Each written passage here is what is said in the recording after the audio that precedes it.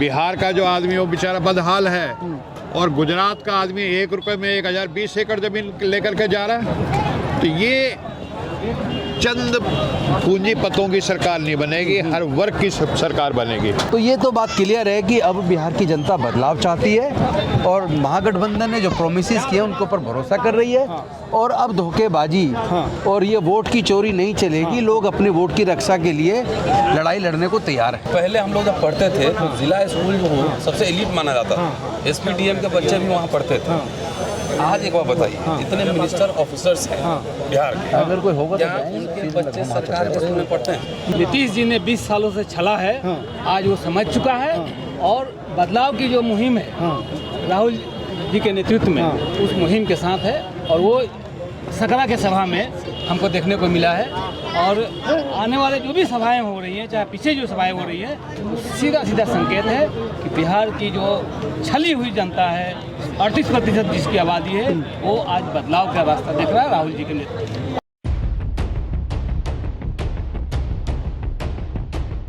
अनिल जयहिंद जी हैं, पूरा OBC chairman है इसमें, कांग्रेस के OBC ग्रुप के घटक के।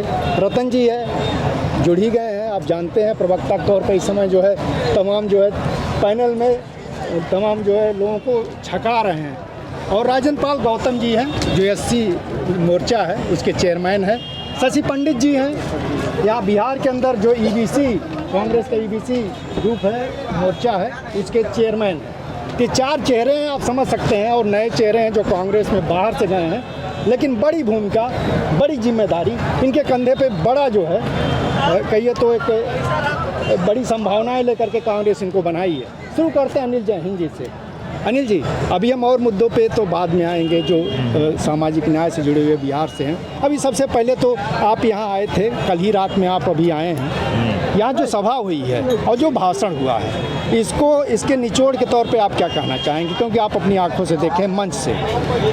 देखिए, यहाँ पे जो भाषण हुआ है और जो सभा हुई है, उसमें 2 चीज़ें महत्वपूर्ण हैं। एक तो क्या मुद्दे उठाए गए, इसमें जितने भी मुद्दे उठाए गए वो इंसान से जुड़े हुए मुद्दे थे। अच्छा।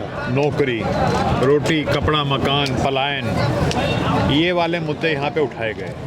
और बिहार का जो आदमी पूरी दुनिया में जाकर के बिहार को बना रहा है, दिल्ली को बना रहा है, बॉम्बे को बना रहा है, गुजरात को बना रहा है, दुबई को बना रहा है, वो बिहार का आदमी को अगर मौका मिले तो बिहार को ये वही बिहार बना सकता है जो महात्मा बुद्ध के समय में था, जब नालंदा यूनिवर्सिटी थी, यहाँ पे शिक्षा का केंद्र था। तो यही सभी बातें करने के लिए जो हमारे नेता लोग आए, और ख़ास तौर पे राहुल गांधी जी जो न्याय योद्धा हैं, उन्होंने इस बात का यकीन बनाया कि जो सरकार बनेगी वो ऐसी सरकार नहीं बनेगी जो मोदी जी जैसे 1 रुपए के हिसाब से 1020 एकड़ अदानी को ज़मीन दे दी।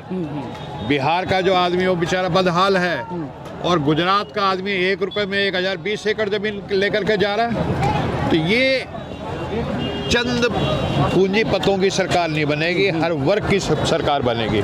दलित की बनेगी, अति पिछड़े की बनेगी। चलिए, उस पर हम आएंगे, अभी बाद में बात करेंगे सरकार के मसले पर।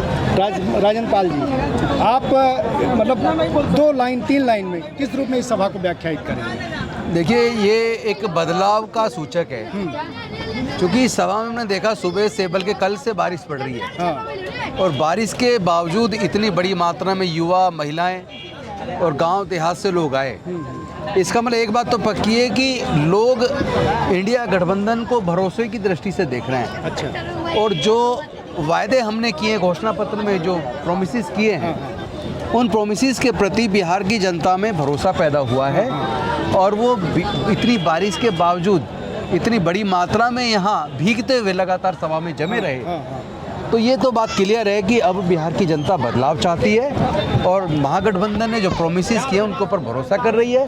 और अब धोखेबाजी और ये वोट की चोरी नहीं चलेगी। लोग अपने वोट की रक्षा के लिए लड़ाई लड़ने को तैयार हैं। रतन जी, आप तो बिहार से ही हैं और दिल्ली, मुजफ्फरपुर से ही हैं। और मुजफ्फरपुर से ही हैं। बताइए, आपके घर में हम लोग इस समय हैं कि घर में आपने जो सभा बुलाई थी, आपके लोग जो आए थे, किस रूप में? पुरानी जो सभाएं कुछ आप देखे रहे होंगे, आते रहे होंगे, और ये जो नई सभा हुई है, कोई बदलाव किस रूप में इसको चिन्हित? देखिए, परसों में टीवी डिबेट में था, बहुत आपका न्यूज़ 24। ये लड़ाई लड़नी पड़ेगी एक्चुअली, बिना लड़े इससे काम बनेगा नहीं। बाकी सबसे ज़्यादा नुकसान हम लोग का है। मैंने कहा कि सबसे ज़्यादा प्रोमिनेंट होगा एजुकेशन, क्योंकि बिहार यहीं पला बढ़ा हूँ, पढ़ा भी यहीं हूँ, यहाँ से बाद में दिल्ली गया। तो पहले हम लोग जब पढ़ते थे तो जिला स्कूल जो हो सबसे एलीट माना जाता था, SPDM के बच्चे भी वहाँ पढ़ते थे। आज एक बार बताइए, जितने मिनिस्टर ऑफिसर्स हैं बिहार के, अगर कोई होगा क्या उनके बच्चे सरकार के स्कूल में पढ़ते हैं? मैं सेव करता हूँ। यहाँ के साइंस कॉलेज में जब एडमिशन नहीं मिलता था, अगर बोला नहीं तो अब क्या बोलने से होगा, अचानक थोड़ा आज मिनिस्टर और ब्यूरोक्रेट पहले से बोल रखा होगा तो चलेगा। साइंस कॉलेज में चाहे BN कॉलेज में वेस्ट एक मिनट भी कहीं है 20 साल में नीतीश कुमार जी क्या लिखते हैं आप पूरा? लालू जी के काल में भी यूनिवर्सिटी बनी ना, रेल यार्ड ही बना, यूनिवर्सिटी बनी, और कांग्रेस के काल में 30 चीनी मिल बनी भाई, और तमाम कागज मिल, और सिंदरी से लेके और बोकारो से लेके यूनाइटेड बिहार की बात कर रहा हूँ, सब बना ना। लेकिन रतन जी सबसे बड़ा सवाल जो आ रहा है, ये मुद्दा बन रहा है, एकदम बन रहा है। देख रहे हैं शिक्षा के सवाल पे कितनी तालियां लोग बजा रहे थे। ये हमने कहा कि यूपीए की सरकार जब थी उस समय भी हमने इंटरनेशनल यूनिवर्सिटी दिया है, नालंदा इंटरनेशनल यूनिवर्सिटी से। और शायद एक बात यहाँ मिसिंग हो गया कि 2 सेंट्रल यूनिवर्सिटी भी दी है, साउथ बिहार और नॉर्थ बिहार। अच्छा, 2 सेंट्रल यूनिवर्सिटी दी है। देखिए वो लड़का खड़ा है, PhD दलित है यहाँ का, मुजफ्फरपुर का PhD कर रहा है, अभी उसका एडमिशन हुआ है। तो नेहरू जी या अंबेडकर मॉडल या नेहरू मॉडल दोनों को मिक्स कर दीजिए, तो क्या आइडिया था? स्टेट सोशलिज्म का आइडिया था, है ना, कि जहाँ हमको ज़रूरत होगी प्राइवेट सेक्टर रखेंगे, जहाँ ज़रूरत होगी हम पब्लिक सेक्टर रखेंगे। आप बताइए। चलिए बहुत विस्तार हो जाएगा फिर। नहीं, अभी आ रहे हैं एजुकेशन पे ही फोकस कर रहा हूँ। अभी उसी का आ रहा जी। है। शशि, आप तो यहीं बिहार में ही घूम रहे हैं, मैं अभी बात किया तो आप कहीं दूसरी जहाँ थे, बोले सभा स्थल पर रही है, तो जो घूम रहे हैं क्या फीडबैक मिल रहा है?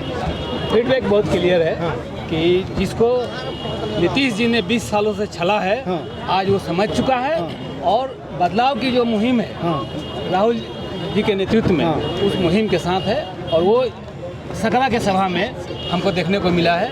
और आने वाले जो भी सभाएं हो रही हैं, चाहे पीछे जो सभाएं हो रही हैं, तो सीधा संकेत है कि बिहार की जो छली हुई जनता है, 38% जिसकी आबादी है, वो आज बदलाव का रास्ता देख रहा है राहुल जी के नेतृत्व। अच्छा सुनिए, अब 4 लोग हैं, सच बताऊं सब लोग पढ़े लिखे लोग हैं, हम जानते हैं चीज़ों पर एक नज़रिया भी रखते हैं। हम कुछ कड़े सवाल पूछेंगे जो हमको सामने फेस करने पड़े लगातार, जब हम आ रहे हैं लोगों से बात कर रहे हैं, तो जो बातें काउंटर में आ रही, बदलाव का एक मूड दिख रहा है, लेकिन लग रहा है कि वो कई एक दीवार भी खड़ी है, वो दीवारें मैं गिनाना चाहूँगा, और उसका क्या काउंटर? रतन जी आपसे शुरू करते हैं। कहा जा रहा है कि जब लोग बदलाव के पक्ष में सोचते हैं तो लोगों को 20 साल का चेहरा याद आ जाता है, 6-7 बजे के बाद लोग नहीं निकल पाते थे, और तब जो है वहीं रुक जाते हैं, और वो ये एक नैरेटिव बनाया गया है। मैं आंकड़ा दूं आपको, बिहार में कितनी 70,000 हत्याएं हो चुकी है। बताइए। और मैं आंकड़ा दे रहा हूँ ना, बगैर प्रमाण के मैं बात नहीं करता ना। बताइए कि जो क्राइम का जो रेट है वो मैं दे रहा हूँ। बलात्कार, अपहरण, हत्या, 6 माह में बिहार के 11 उद्योगपति को घर में घुस के गोली मारी गई।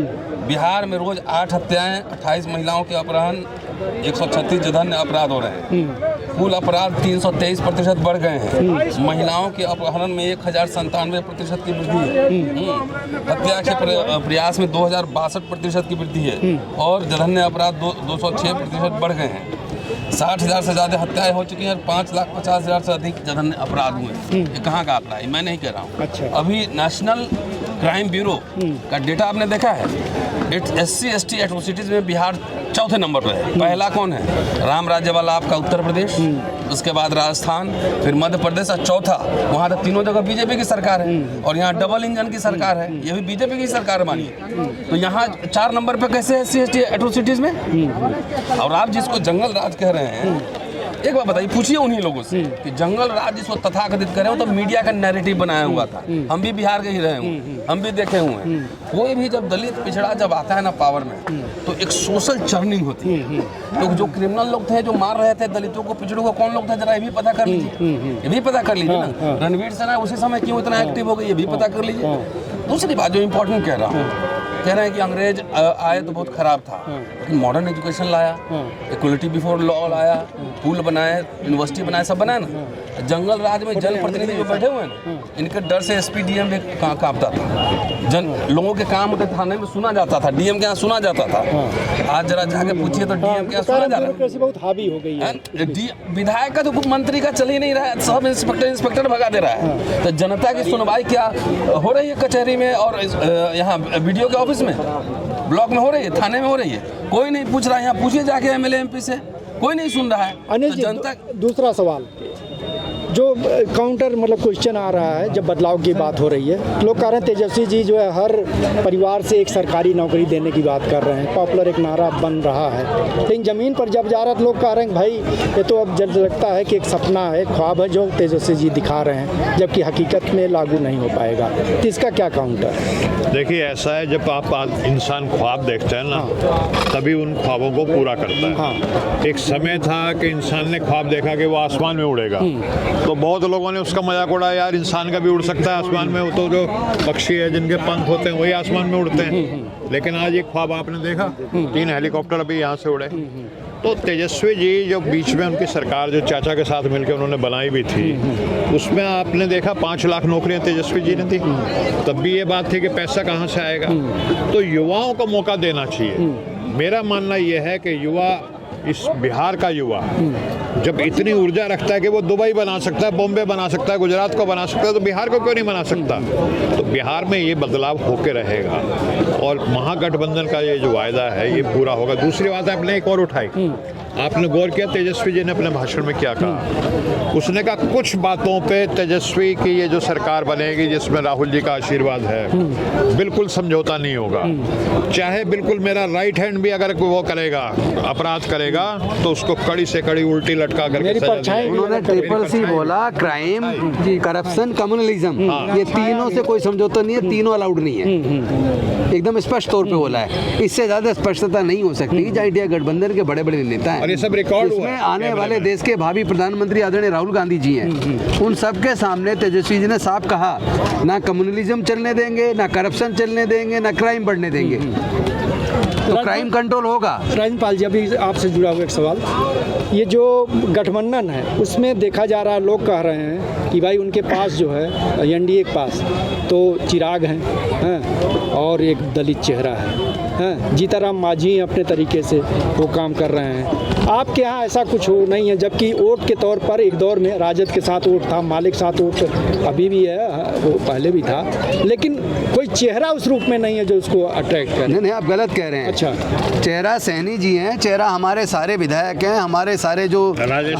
अध्यक्ष हैं, राजेश तो प्रदेश अध्यक्ष हैं। प्रदेश अध्यक्ष को आप चेहरा नहीं मानते क्या? या मीडिया ने तय कर लिया कि उनको आपको चेहरा दिखाना नहीं है? चेहरा है। और दूसरी बात, ऐसे चेहरे का क्या करना है? जो आपको याद होगा कभी आदरणीय जबरदस्त खड़े हमारे, नहीं, आपको याद होगा, आप विशेष रूप से आप समाजवादी आंदोलन में रहे, कभी रामविलास पासवान जी कहा करते थे, और उनको लोग मानते भी थे नेता समाज का, वो कहा करते थे मैं उस घर में दीपक जलाने चला हूँ जहाँ सदियों से अंधेरा है। तो वो उस घर में जहाँ सदियों से अंधेरा, दीपक तो न जला पाए, अपने घर में चिराग जला लिया, और वो चिराग आज पूरे इस बिहार के अंदर सरकार में रह के हमारे समाज के हक और अधिकार को जला रहा है, और एक ऐसी सरकार के साथ में खड़ा है जो सरकार दलित, पिछड़े, अति पिछड़े की हकमारी कर रही है। तो ऐसे चिराग का क्या करना है?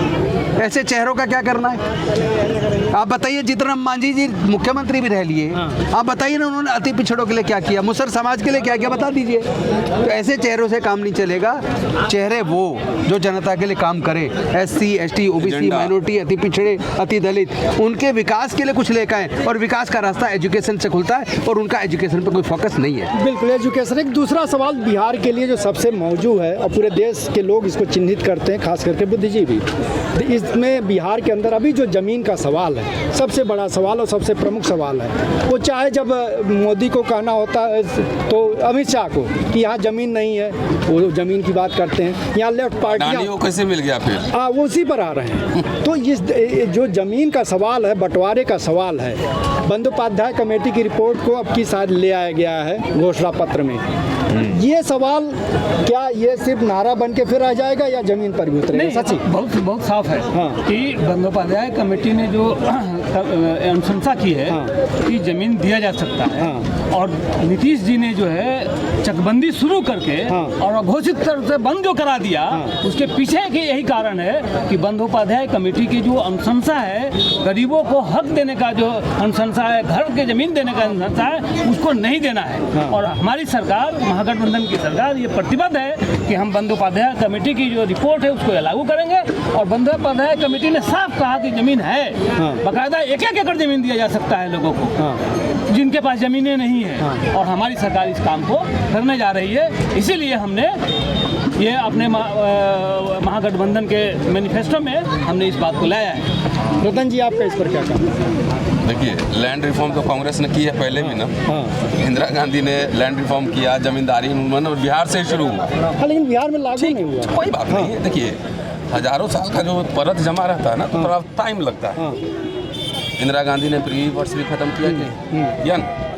मोदी जी अभी बिहार आए थे, उनका भाषण सुना दरभंगा कि भाइयों बहनों 10,000 रुपया जो है, इससे मखाना बनाना है, इससे मछली बनाना है, इससे दिया बनाना है, इससे रील्स बनाना है ना, इससे टोकरी बनाना है, सूप बनाना है। ये क्या है, किसी को समझ में आएगा?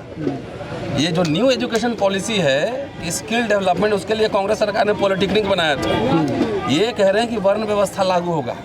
टोकरी कौन बना रहा है, सूप कौन बना रहा है, मखाना कौन बना रहा है, मछली कौन मार रहा है। तो इनडायरेक्ट रूप से समझिए 10,000 रुपया में कौन बिजनेस होता है। उस भाषण में कहीं भी मोदी साहब ने ये कहा कि हम आपके बच्चों के लिए, अति पिछड़ों, दलितों, आपके बच्चों के लिए हम अंग्रेजी स्कूल खोलेंगे, हम IIT खोलेंगे, हम मेडिकल कॉलेज खोलेंगे। एक्चुअली जी रतन जी, ये एक क्लियर संदेश है कि आप जिस वर्ग से थे, जो आपका पेशा था वही करिए। आपको आगे बढ़ने का, तरक्की करने का कोई हक नहीं है। आप दलित हैं, पिछड़े हैं, जो आपके खानदानी पेशा था वही अपनाइए। ये कहना चाह रहे हैं। को 32,000 करोड़ रुपए LIC से निकाल करके दे दिया, और गरीब की हमारी माताओं बहनों को वो भी उधार 10,000 रुपए उधार। तो ये छलावा है, बिहार के लोग समझता है। तो हम आखिरी जो है 2-3 मिनट और बोल ले रहे हैं आप लोगों का। जो गठबंधन है, सीटों के लिहाज से देखा जाए तो मैं एक दूसरी बात कर रहा हूँ, हाइपोथेटिकल भी हो सकता है, क्योंकि आप तो भाई दावा कर रहे हैं आपकी सरकार बन रही है। मान लीजिए अगर बहुमत आ गया NDA के पक्ष में, तो उसके बाद नीतीश को चेहरा नहीं बनाया गया, मुख्यमंत्री नहीं बनाया गया, तो क्या उसके बाद भी गणित हो सकता है कुछ? देखिए, इस कॉन्टेक्स्ट में ये दावे के साथ कह रहा हूँ, लगातार मैं TV पे बोल रहा हूँ कि अगर नीतीश को मुख्यमंत्री नहीं बनाए तो JDU टूट जाएगी। अच्छा, JDU खत्म हो जाएगी। क्योंकि ये तो RSS BJP का पुराना डिजाइन है ना भाई। महाराष्ट्र में शिवसेना के कंधे पे चढ़ के गई ना, वहाँ कोई औकात नहीं था बीजेपी का, बाला साहब ठाकरे का औकात था। चढ़ के गई, उसका शिवसेना क्या हाल कर दिया। यहीं पे मुकेश सहनी हमारे साथ हैं अभी, उनके 4 MLA के MLA खरीद लिए। रामविलास जी का क्या हाल किया, अकाली का क्या हाल है, जाके देख लो। तो ये तो डायनासोर है, जिसके कंधे पे उसी को निगल लेता है। पहले उसको बतासा खिलाते रहेगा, उचित समय पे निगल लेता है। लेकिन राजेंद्र पाल जी, ये मुद्दा नहीं बनाया जा पा रहा है महागठबंधन की तरफ से कि नीतीश चेहरा भले मुख्यमंत्री नहीं घोषित किए गए हैं, तो आप समझिए अब इनका जो है इतिहास है, अब भविष्य बीजेपी किसी नेता का होगा। नहीं, ये तो आपने देखा होगा, शुरू में ही उन्होंने बोला है। अच्छा, कि उनकी मानसिक स्थिति ठीक नहीं है चचा की। और चचा बनने वाले नहीं है। अब और वैसे भी उन्होंने कहा कि 20 साल तक अगर एक ही बीज एक खेत में बोते रहोगे तो बंजर भूमि हो जाएगी। अब नए बीज बोने की जरूरत है, यानी बदलाव की जरूरत है। स्पष्ट तौर पे बोला। और कैसे बोलेंगे, एकदम स्पष्ट बोला है। आशीर्वाद देने आएंगे हम लोग की सरकार। क्या बात है। तो आखिरी से अपनी सीटें भी बता दीजिए महागठबंधन की कितनी होगी, बारी बारी। राजवीर जी, हम लोग बहुमत की सरकार बना रहे हैं और बहुत अच्छी सीट आने वाली है। 2/3 150 से ऊपर। जी सर, 150 से ऊपर जाएंगे।